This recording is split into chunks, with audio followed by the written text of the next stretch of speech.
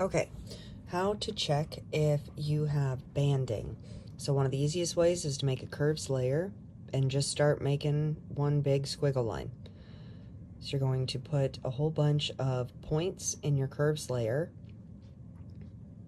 And as you do this, you're going to be able to see random stripes, especially when you have landscapes that have a lot of sky, or if you've done a lot of extra work, a lot of digital art or anything, you want to make sure that you see this. So this is banding. When you come in here, you can see all of the lines that are popping up. For competition, they will be looking to see if you have banding in your image. So now how do you fix it? So I'll show you a couple different ways. I've made a new layer, flattened it just so that you can see. You can hit Command J and drag it onto the top. I'm going to add noise. So I'm going to make this just a little bit more aggressive than what I normally would. So now you have a little bit of noise. When I turn on the curves layer, you can see that, like, whoa, okay, we went crazy with noise. But you can drop the level of noise down in opacity and just take it to the area where the banding is not going to be as visible. Now, you can see that the banding has disappeared, but it still might be a little bit too grainy for you. If you don't have topaz to where you can take off the grain and you just kind of want to do it in a certain spot, if you only have one area where it's really going to affect you, I can show you another way to do it if you don't want grain all over your image.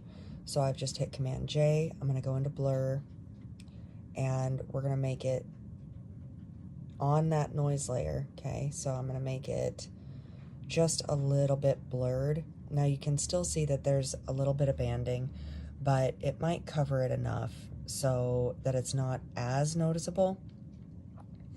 So you can go in here, I do a soft round, and I'm at 30% opacity.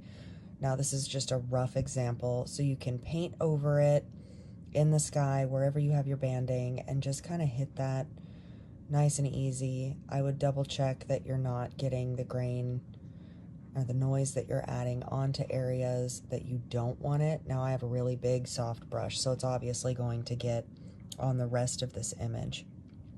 But this is a super easy way, and again, just showing some options. Now there was some color in here, so they might be able to see that in competition. Judges see all sorts of stuff.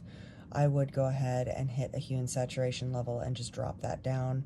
You can put on a layer mask and just paint into that area, but just to make sure that it's all covered, I would drop that down so that you don't have that issue going on in there.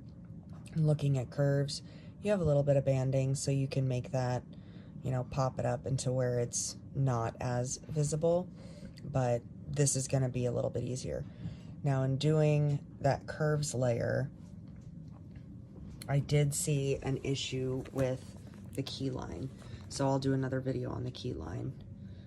I hope you got something out of it. Thanks.